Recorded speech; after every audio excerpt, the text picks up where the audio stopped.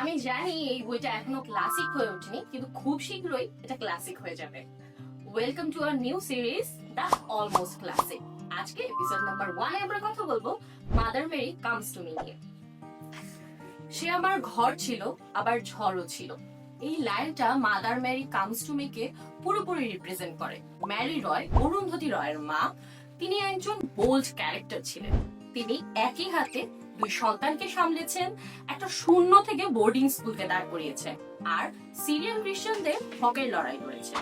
নিজের জীবনে আসা সকল পুরুষদের থেকে ট্রমাটাইজড হয়ে উনি নিজের সন্তানের সাথেও টক্সিক আচরণ করতেন। আর অরুন্ধতী রয়ও খুব অল্প বয়সেই ঘর ছেড়ে দেন নিজের মতো করে বাঁচার জন্য। কিন্তু আপু, মেমোয়ারটা কি শুধু মামের সম্পর্ক নিয়ে? না, এটা শুধু মামের গল্প না। এখানে আছে তার লেখক হয়ে ওঠার গল্প, তার পলিটিক্যাল স্ট্যান্ড, সংসার ভাঙা করা, এমনকি তার জেলে যাওয়ার গল্প পর্যন্ত সবকিছু। যদি আপনারও নিজের মায়ের প্রতি রাগ, ক্ষোভ আর কষ্টের সাথে সাথে সহানুভূতির এক অদ্ভুত সম্পর্ক থেকে থাকে, তাহলে you can give it a try.